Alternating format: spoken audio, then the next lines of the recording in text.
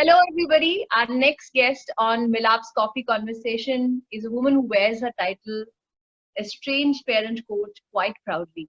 She's based in West Yorkshire and runs a support group on Facebook for parents called Healing Parents of Estranging Adult Children that has over 1,000 plus members around the world.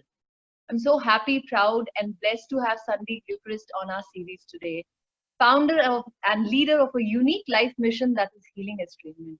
Sundy has been a guiding light and mentor for mothers like me who are seeking answers to life post estrangement.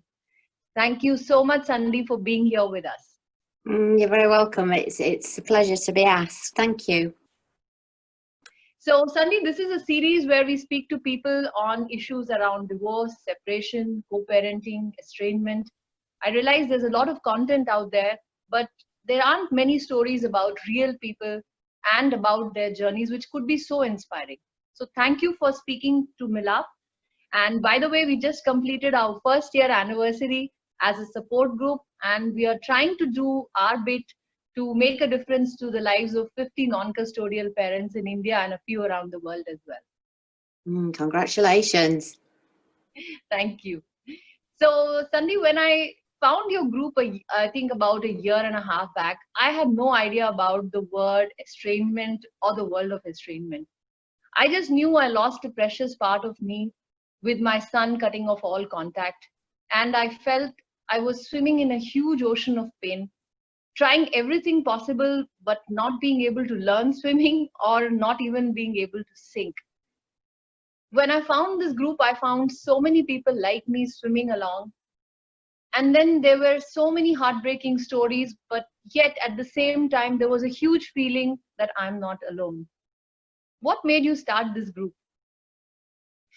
Well, this group was born out of my own experience 3.5 years ago now, when a long estrangement of my 3 adult daughters over a period of, at the time, 12 years. In 2016 was when it really came to some sort of completion or some sort of realization in me that I was allowing this experience to really impact and basically ruin my life. So I came out, for want of a better phrase, onto Facebook and said that I'd had a loss. You know, I'd had a bereavement, and it wasn't a death. It was my adult children disconnecting from me. And I told a little bit of my story on Facebook, and then there were people who jumped onto that post and said, "Me too, me too." And I thought, okay, I was a relationship coach at the time, and with a fledgling service around relationships. So it was in that moment that I had this intuition to open a Facebook group and invite people like me, parents who had been rejected by their adult children. And yes, and it's gone from strength to strength from there, really. So it was born out of my own experience initially, and then I've developed a service around it to support parents who are estranged by their adult children. And I'm sure that every day, so many of us who read your posts, as well as read the comments and experiences that all of us are sharing, it really provides a huge amount of support, which probably nobody can understand except if you're going through that situation. So a year and a half back, I didn't know the word estrangement, and I don't think anybody around me knew that as well. People still have no clue about this. This is not just another relationship gone sour. So what really happens in estrangement? What really happens? Okay, so estrangement is for me, estrangement is the term that is best used for when an adult child has made the choice to disconnect or to not connect with their parent. There's another side to this, which is an alienation side. I don't know whether you want me to go down that route. Do you want me to express a little bit about what my understanding around alienation is? Yes, that would help, because of a lot of us have gone through, reached this stage of estrangement because of alienation. Yeah, so my understanding is that an alienation process is where somebody is dripping information into another person's ear around sort of dissing, sort of their aim is to sort of make the person, in this case a child, be attached to the person themselves rather than the other person. So in this case, it's an alienation against another parent. So for me, this is where the child isn't in a place to make their own decision about whether they connect with either of the parents. It's more that one parent is trying to coerce them away from the other parent, and that for me is what a definition of alienation is.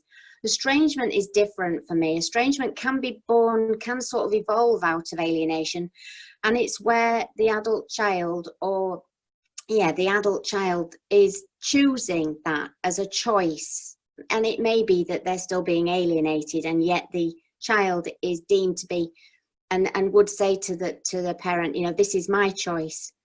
I am disconnecting from you, and it's nothing to do with anybody else. This is my choice. Now, whether alienation plays a part in that, in some of those experiences, I think that's debatable. It's really hard to know where alienation ends and estrangement or personal choice, influence and personal choice starts and ends.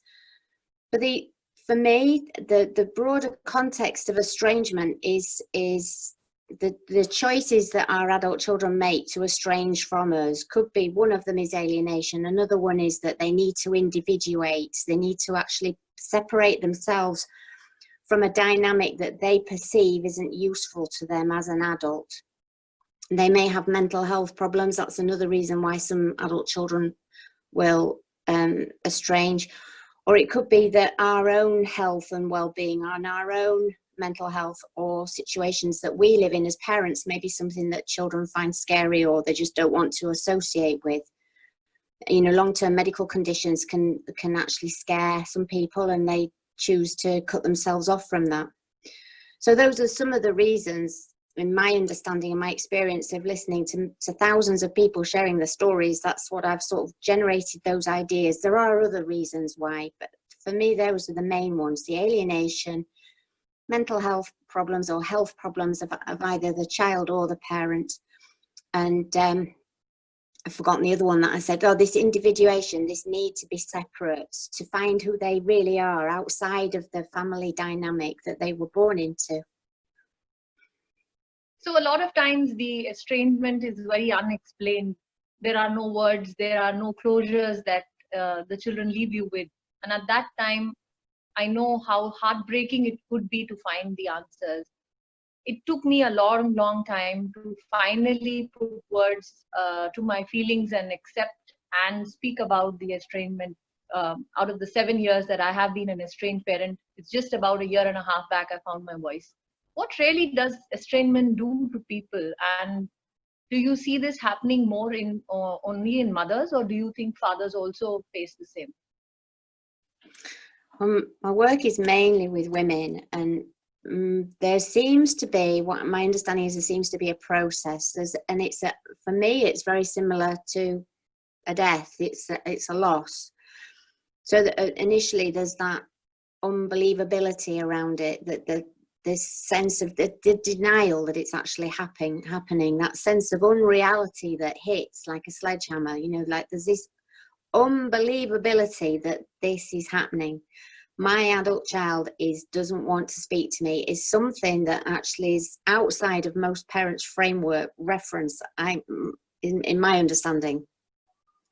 So then there's the grieving process itself, that coming to that realization that this is actually happening. And of course, for me, what happened, my experience of this was that it brought up all my beliefs to be looked at. All the things that I'd held dear to my heart that I thought that were true about my life was sort of thrown up into the air, and it was like I was lost without any sort of steerage.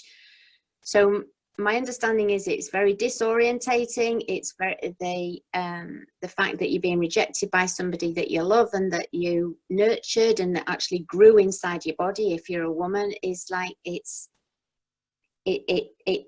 seems to, if you were a balloon, it seems to just deflate everything in you, in me. It just deflated me. My self-worth, my sense of who I was, my purpose, it was all in disarray. And it was a very profound experience to go through it, and very painful, because there was some hard realizations that I had to take on board, I think it can make people very ill. I think people often get stuck. There's resentment, anger, bitterness, that's a path. I think we get to a point on the journey where we decide whether we're going to open our hearts to life and love again, or whether we're actually going to close up shop and stop participating in our lives. And I think that's a crucial point for many, because the path that you take is the one that we're going to operate from. And there's a whole range of people who seem to choose one or the other of these paths. And people can get stuck in anger and in blame and in feeling a failure as well. As some women would feel very much a failure, that they failed, that they were a bad parent, take it on really poorly and believe that they've done a bad job of parenting. And the work that I do is looking to flip that around and see if we can change the self-perception that we have that's been brought on about being rejected by your adult child. I think that just really resonates with me, especially when you said that a lot of us start becoming very self-critical and look at how terrible we are as mothers and parents, and that can be extremely deliberating, because it can just take away everything that we believe about ourselves. I think there is such a strong, deep connection with our children here, even though they are not there in our life, and they may just choose to be completely silent. The rejection and the silence can hurt much more than anything else, and that's what I've experienced in my case. So, Sundy, what really changed? I mean, what was the point where you decided that you're going to change things the way you were living, and what really was the factor which prompted you or helped you to move away from this and come to a point where you're really giving back to so many people who are going through this phase? Oh, thank you, Gazal. I just want to clarify and just back up that I didn't mention the men in the last question, so I didn't want to leave them out. So my experience in the group that I have is that there is not many men. I think it's difficult for women to articulate it, and we're known for actually being a bit more vocal than perhaps many men are, and I can't generalize here. And the men that we have got in there seem to stay. I think maybe they just listen and take it on. My instinct tells me, my intuition tells me that men hurt and bleed just as much as we do as women, even though in society it's the mother role is very strong in the connection with the child, and yet I believe that fathers are just as much connected to their children. They have the potential to do that just the same as a woman does. So yeah, I think men struggle with that too. So I just wanted to bring that, because you'd asked me about the chaps, the blokes. So because we have a lot of members on Milaap who are alienated parents, and I can feel their pain, and I'm so glad that they speak up and talk about what they're going through, and they've become such strong champions of co-parenting for the other families, and they've taken up this as a mission, saying we are going to help as many other families, separated families, understand there's a strong reason for co-parenting there. So yes, I agree. They probably bleed and hurt as much as we do. My second question is around the group, and I often watch, sometimes as a spectator, and sometimes I write in as well, because I know that there will be a lot of support as well as perspectives that people will give me. What makes a group, a Facebook group, such a therapeutic experience for so many people who never get to meet each other? Yeah. So I'll answer that, and then should we go back to that question that you asked me that I didn't quite get, because you were asking me something else? You were asking me about the what inspired me to do the group, what was the catalyst, and what was the defining thing that made me shift my beliefs around it. Okay, yes. So what was the defining moment where you decided that you want to live life differently, and what really helped you to move there? Yeah, well, what really triggered me, probably is the right word, into realizing that I had to get my act together around this, was the fact that it was I had one adult daughter in my life at that time and two that weren't, and this remaining adult daughter, it was becoming clear that there was a disconnect going on in the relationship with her and me. And I realized that I was eggshell walking, that I wasn't living my life, that I was trying to be something that I thought she wanted me to be. And at the time, I didn't have the communication skills to address that. And we became more and more, it was just becoming more and more of an impasse. And so as a result of that, you know, I made some decisions. It was difficult. I didn't let go easily, I have to say. And I ended up being very much a chaser, you know, trying to fix it out, trying to sort it out with them, to the degree that eventually I was taken to court and I had a restraining order put on me to stop me from connecting. So in a way, it was the police, it was the legal system that finally woke me up into realizing that I had to let go. And as I turned away from chasing my adult children, I turned towards, well, I've got all this information. I'm a coach. How can I pass this information on? And the Facebook world was the world where I landed. And I sort of feel a bit divinely guided in that sense.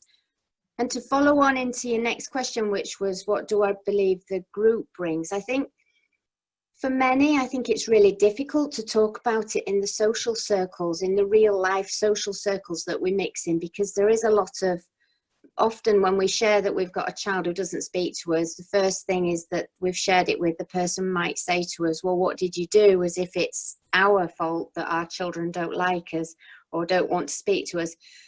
And that sort of makes people close up and not speak. And I think my experience of holding the space in the Facebook group is that people get to share their story and they see other people sharing their story. And there's something about sharing your story and your pain and your journey that allows you to move through it rather than trying to batten it down and pretend it's not happening and not addressing the feelings that we all experience. Because everybody's journey is different. There's slight subtle variations into the lead up to the estrangement and the estrangement itself. You know, people are partially estranged, fully estranged. Their children, some children dip in and out of their lives and sort of like and then the ongoing process of adult children getting married, having babies, you know, and so we become grandparents and we don't get to see our grandchildren. So, and all the other family dynamics as well, the siblings, our siblings, their siblings, any sort of extra wider family relationships that we have, nothing is left untouched. So for me, the sharing in the group really allows people to, this is happening to me, how did you deal with that? And some people will come up with some suggestions. I myself coach in there, so I'll bring in my perspective, which is sometimes different to theirs, so they get to see another way, another viewpoint, and other people will share their viewpoints on it too. So it's almost like you plop in a problem and you've got 1,000 different slices of perspective, which gives you a resource to then, oh, I might just try that, or I might try that, and we can also share what doesn't work as well, which many of us are finding that chasing doesn't work. It just exacerbates the problem. And that is what many people struggle to not chase, because it's almost like if you don't chase, it means you don't care. And it's interesting to explore this as a group. And then, yeah, so it's a resource. I think it's a resource to share in the Facebook group. Yeah, and I've seen that happening, and so many interesting conversations. And like you said, everybody doesn't agree with everyone just because you want to just put a balm on it. And that's what makes the whole experience so interesting. So Sundy, we've got, how many people do we have on the group now? 1,200. And the group itself, now I speak with every single person on Messenger before they come in. There's many, many, many who ask to come in, and because they don't get to connect with me on Messenger, or they, for whatever reason, they don't want to speak to me on Messenger, I support people to share a little bit of your story. And it's for a number of reasons, really. It's so that I can really ensure that people who are coming in are bona fide estranged parents, because there are other people who would want to come in, and some people think it's something else. You know, they're not quite sure what healing parents is. Is it around losing a baby, you know, to cot death or infant syndrome? And so there's sometimes a little bit of confusion. And also people, I think, who want to market certain things, try and get in. So it served us all well for me to, it's a bit labor intensive, and at the same time I get to speak with people on a one-to-one level, so that anybody who comes in, I can be sure they are a genuine, as much as I can be anyway, ensure that they are a bona fide estranged parent. Yeah, I think that's what also makes the group a very safe place for everybody else. And I'm sure that is a lot of work before people get into the group. So Sundy, what I wanted to ask you is about 1,200 plus people who need help, and many, many more who probably are not able to articulate or understand that there is a support group available for the same. What's really happening to all of us? Why do so many of us have a problem with our parents, even though we are an adult? What's really happening out there in the world? Well, I don't know about you, and I do know for me and for many other people that I speak to, that it almost goes without saying that most children will have some problem with their parents. And there's a lot more work going on in the spiritual world around how to deal. We know now that children up to the age of 5 get a program. We get a set of instructions that we're born into by the family that we come into. And then it seems to me that we live a certain period of our life living from those points of views, those belief systems, those values.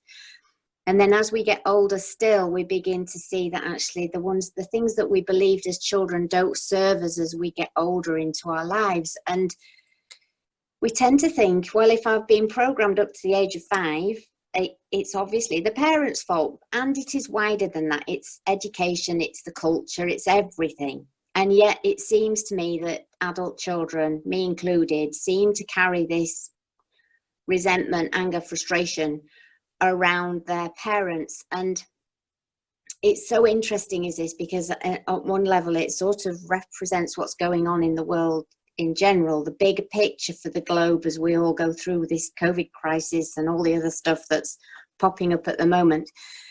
And for me, it's an opportunity for us all to go within, to look inside, to see that what triggers us. And in relation to children and parents, our parents are our blueprint. So if we don't like our parents, it's almost like saying we don't like ourselves. So it's like, for me, it took me a long time to come to terms with the aspects of me that I saw that I'd got from my mum and dad, especially my dad. And working through those attributes and things that I feel that I'd inherited from him, I was able to come to a place of peace with, and then a place of gratitude for my parents. And I think we come into the world expecting our parents to be there, give us everything. I think that's what being a baby's all about. You have your needs met, and then as you get older, some of us will still think that what is our parents is ours, you know, that they should be there for us because they are the ones that delivered us into the world. We didn't ask to come.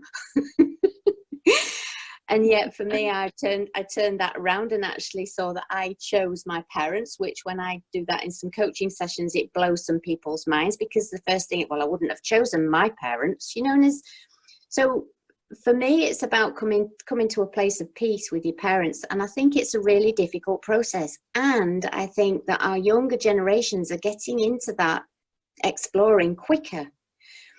My generation possibly held our tongue, we were told, possibly through fear, that it wasn't okay to question our parents. And I think our generation of children are possibly doing that. They realize that we don't have all the solutions, that we have our own problems too, and that they can't count on us. And I think there's a huge resentment around that the adult children realize that they can't count on their parents. And I think it's a big wake-up call for everybody that how do we do this? How do we take responsibility for ourselves? How do we not blame our parents for who we are and how we are? And how do we accept our parents for who they are and who they are not as well? Yeah, I've often read about you talking about your father and saying that it really helped you review the relationship that you had, and then it was a breakthrough moment for you to be able to make peace with it. And I can feel that is very close to my heart, because right after my divorce, I went through a very shaky journey with my parents, and I could see the relationship so close, with all the gaps and the hurt and the resentment and the disappointment, that they weren't doing what I wanted them to do. And I think when you said that, we realize as adults that our parents aren't perfect. They are humans and they have their own flaws, and they accept it. I think I have realized that the estrangement was here to teach me that lesson, to make peace with my own parents. And I know that it has a very strong connection to reaching a point where my son feels the same about me. So I feel it's some kind of a divine intervention to make me understand that aspect of my life. And I so agree with you on that. And I hope that a lot of us will be able to make peace. So I think that's the gift probably the estrangement is here to give us. So just yes, one more thing that I'd like to add is that very often the way that society is, it does suggest that once you become a parent, you have to give up your own life, that you have to become this parent that is there 24/7. That's especially true for westernized cultures, that you have to give your child everything that maybe you didn't have, and more beyond. And there's a part of me that thinks that we've set ourselves up, or set our children up to have huge expectations that possibly nobody can deliver on realistically, but also that we've set ourselves up to be contained in a role that actually is going to end. We are going to end being parents. We won't be parents in that parental way that's needed when they're little. There's no books on how to have an adult relationship with your adult child. There's a whole gap in the market there around how to have that. And it's interesting. I see it that it's an evolving of parenting and also children, so that parents don't put their lives on the back burner, or don't feel guilty that they have a life other than being a parent, that there's some sort of, you can have it all. And that how we bring that into the next generations is going to be interesting to see. That being a mother is only one aspect of who we are as humans, as we are as women. And goodness knows the world needs some healing at the moment, and women are really good at healing. And that's part of my mission, is to support women into their fullness, into their full capacity, so that we can bring mothering to the planet and bring our feminine intuition and skills to the planet. And we can't do that if we're stuck in bereavement and grief because our children don't speak to us. We just can't do that. We're disabled. And so I just yearn for us all to be able and full in our fullness. Right. And a lot of times we are so intent and strong-willed to give it to somebody else or give it to our children that we have nothing left for our own selves. Yes. We drain ourselves of that. And I think that the love and the acceptance is what the group gives to a lot of us, by shaking us up and understanding a different dimension to life, rather than just looking at the estrangement, looking at the loss, and looking at all the wonderful things that we have. I think gratitude is a huge lesson that the group gives all of us.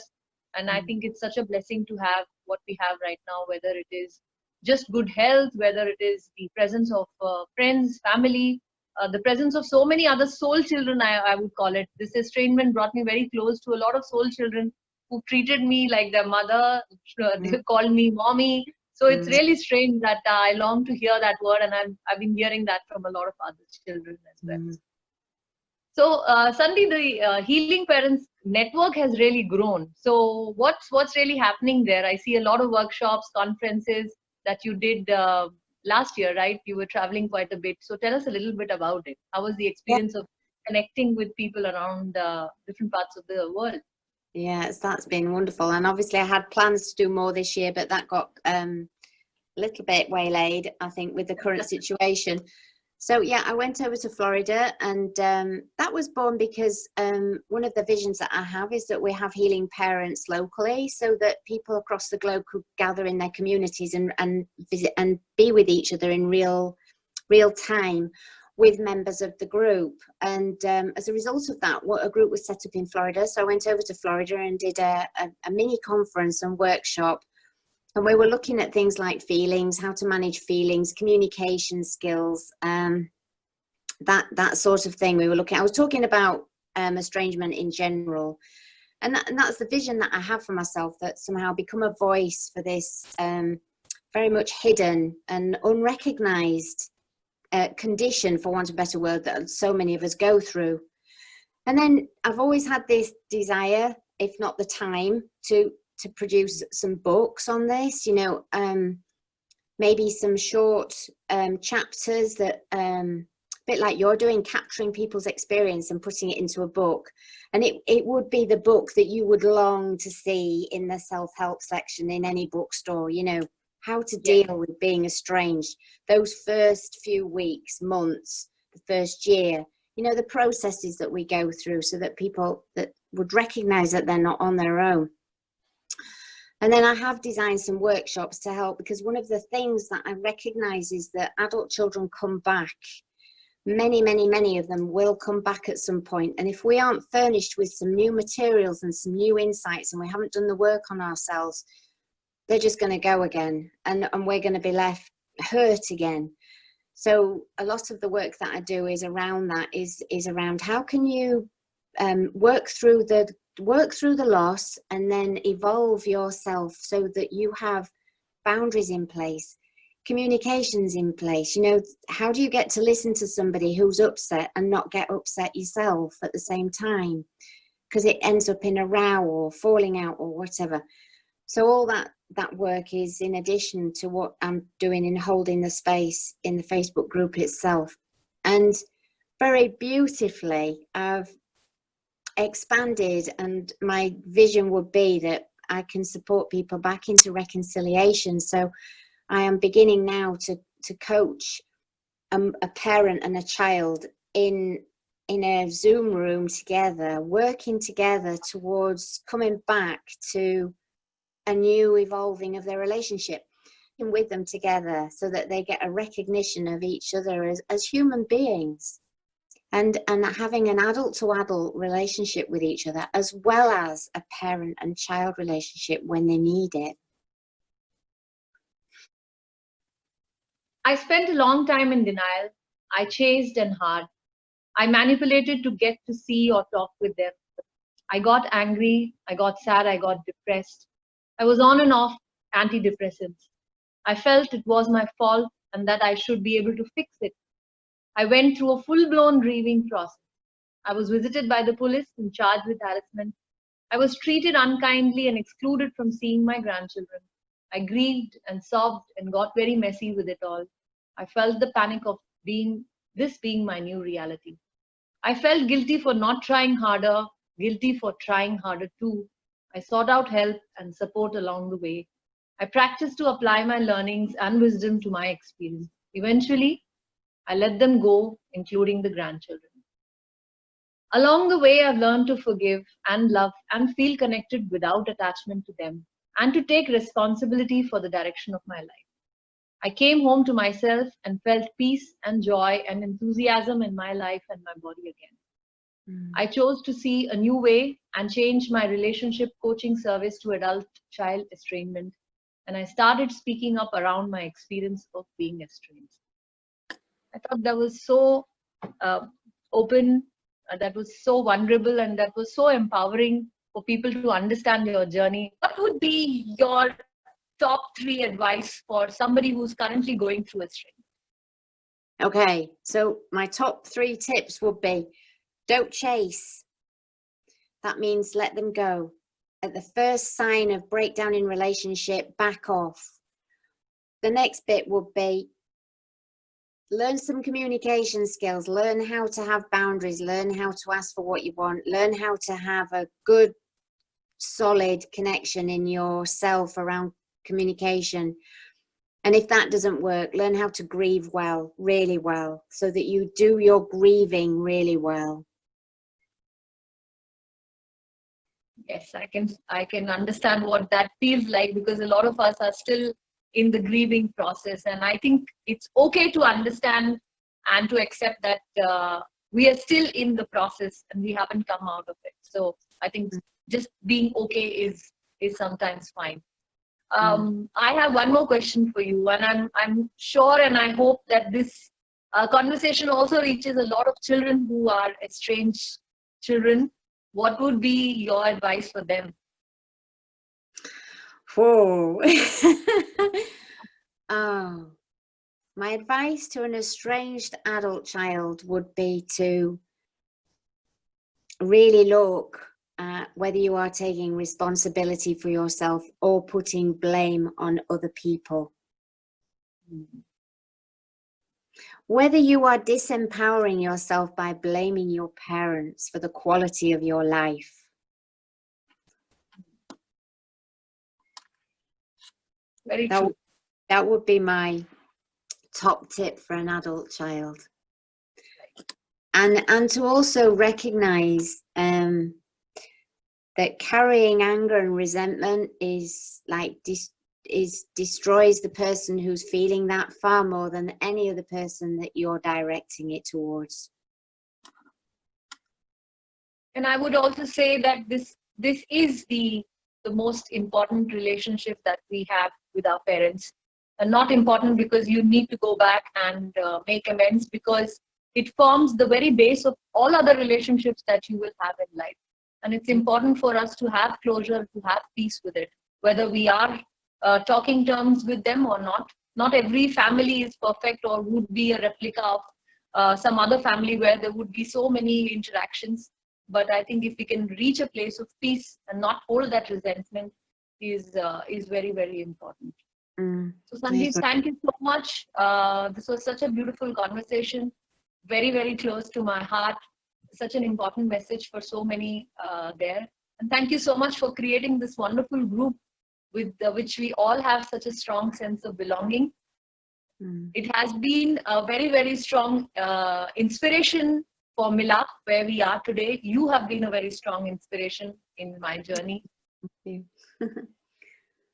And thank you to all the viewers who are listening. I hope you really enjoyed this conversation. If you're a non-custodial parent, I want to let you know that there is a lot of support available on groups like Milaap and Healing Parents. If you are not a non-custodial parent and believe in the concept of co-parenting, I would say come up and embrace families who are going through either estrangement, alienation, or divorce, and that your support and unconditional support means a lot to us. So we will be hosting this on our YouTube channel and sharing it with everybody. I hope this helped you. I hope this brings you peace. Here's a 3 cheers to everybody, all the people on Milaap as well as Healing Parents who are going to listen to this conversation. We love you. Thank you, and God bless. Thank you. Thanks, Gazal. Thank you very much. Bless you.